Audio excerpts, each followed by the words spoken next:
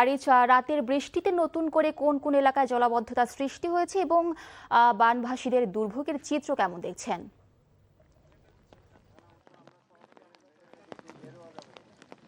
হ্যাঁ, মিলি আমি এই মুহূর্তে আছি আপনি যেটা বলছেন আনোয়ারার এটি রায়পুর এলাকা। এখানেও নতুন করে আবার নতুন নতুন এলাকা আসলে চট্টগ্রামে বন্যা দেখা দিচ্ছে। এর কারণ হিসেবে এটি আসলে আনোয়ারা, বাঁশখালী এবং চন্দনাইশ লোহাগাড়ার যে অংশটি আসলে উপকূলের সাথে আছে সেখানে নতুন করে আবার বন্যা দেখা দিচ্ছে এবং এখানকার অধিকাংশ লাখো মানুষ আসলে পানিবন্দী হয়ে আছেন। আমরা যেটা দেখেছি যে এখানে যেমন পানিবন্দী হয়ে আছেন তেমনি যে কৃষি এবং মৎস্য সহ বিভিন্ন যে গুলো আসলে ক্ষতিগ্রস্ত হয়েছে বন্যার কারণে। এছাড়া বাঁশখালীর অধিকাংশ এলাকা এখনও পানিবন্দী হয়ে আছে। অনেক জায়গায় এখনও পর্যন্ত মানুষ সেখান থেকে উদ্ধার তৎপরতা চালাচ্ছে সেনাবাহিনী সহ বিভিন্ন সংস্থা এবং সংগঠন। এছাড়া চট্টগ্রামের সাথে আসলে অনেক উপজেলার যে সড়ক যোগাযোগ বন্ধ আছে। আমাদেরকে আবহাওয়া অফিস যেটা জানিয়েছে যে গত 6 দিনে প্রায় 1332 মিলিমিটার বৃষ্টিপাত রেকর্ড করা হয়েছে এবং আজকে সকাল 9টা পর্যন্ত আমরা যেটা দেখেছি 137.5 মিলিমিটার বৃষ্টিপাত হয়েছে। এছাড়া এই বৃষ্টির কারণে মানুষের ব্যাপক দুর্ভোগ সৃষ্টি হয়েছে। এছাড়া পাহাড় ধসের আশঙ্কা করা হচ্ছে চট্টগ্রামে, কারণ 6 দিন ধরে যেই পানি একটানা বৃষ্টিপাত অতি ভারী বৃষ্টি হচ্ছে সেই কারণে লোকজনকে আশ্রয় কেন্দ্রে নিয়ে যেতে বলা হয়েছে। মিলিয়ে এই ছিল এখানকার সর্বশেষ। দর্শক, জানছিলাম চট্টগ্রামে বন্যা পরিস্থিতির খবর।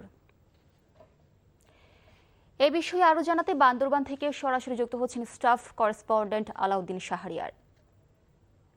আলাউদ্দিন, বান্দরবানের বন্যা পরিস্থিতির সবশেষ কি তথ্য আছে আপনার কাছে?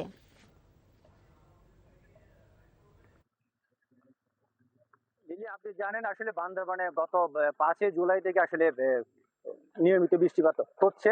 তো গতকালকে বান্দরবানে বন্যা পরিস্থিতির একটা বেশিটা অবনতি হয়েছিল, কিন্তু রাতের পর থেকে আসলে বৃষ্টিপাত কমে যাওয়াতে বন্যা পরিস্থিতি হালকা উন্নতি হয়েছে বলে আমরা দেখতে পাচ্ছি।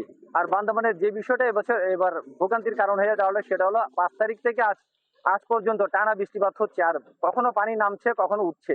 যার কারণে মানুষ আসলে গত 2 দিন আগে যে ঘটনাটা ঘটলো সেটা হলো পানি নেমে যাওয়ার সূর্যের আলো দেখতে পানি নেমে যাবে মনে করে মানুষ ঘর দুয়ার পরিষ্কার করে নতুন করে ওঠার প্রস্তুতি নিল। সেই ক্ষেত্রে পানি আবার বন্যার পানি বেড়ে গিয়ে আবার ঘর তলিয়ে গেল। এই জন দুর্ভোগটা আসলে বান্দরবানে এই বৃষ্টিতে কারণে বেড়ে গেছে, যার কারণে আসলে আর সাঙ্গু নদী এবং মাতামুহুরী নদী, দুটি নদীর পানি আসলে বিপদসীমার উপর দিয়ে এখনো প্রবাহিত হচ্ছে। আর আমাদের বান্দরবানের সাথে সারা দেশের সড়ক যোগাযোগ এখনো বিচ্ছিন্ন রয়েছে। আমাদের দুটি রাস্তা দিয়ে আমরা চট্টগ্রাম বা ঢাকার সাথে যোগাযোগ করতে পারি, সেটা হলো একজন বান্দরবান কেরানীহাট সড়ক এবং বান্দরবান রাঙামাটি সড়ক। দুটি সড়কে আসলে এখন ব্লক। একটি জায়গায় হলো পানি উঠে গেছে, আরেকটি জায়গায় হলো ব্রিজ ভেঙে গেছে, যার কারণে আসলে বান্দরবানের সাথে আমরা এখন একটা বিপর্যস্ত অবস্থায় আছি। কারোর সাথে কোনো যোগাযোগ নেই বান্দরবানে। আর অভ্যন্তরীণ সড়ক যোগাযোগ ব্যবস্থা আসলে ব্যাহত। আমাদের 7টি উপজেলার মধ্যে রুমা, রংছড়ি, থানচি এই উপজেলাগুলোর সড়কগুলোতে আসলে পাহাড় ধসে পড়েছে। পাহাড় ধসে পড়ার কারণে আসলে ওই এলাকাগুলোতে আসলে আমরা যেতে পারছি না, বা এখানে রাস্তা নিয়ে কোনো মানুষ যেতে পারছে না।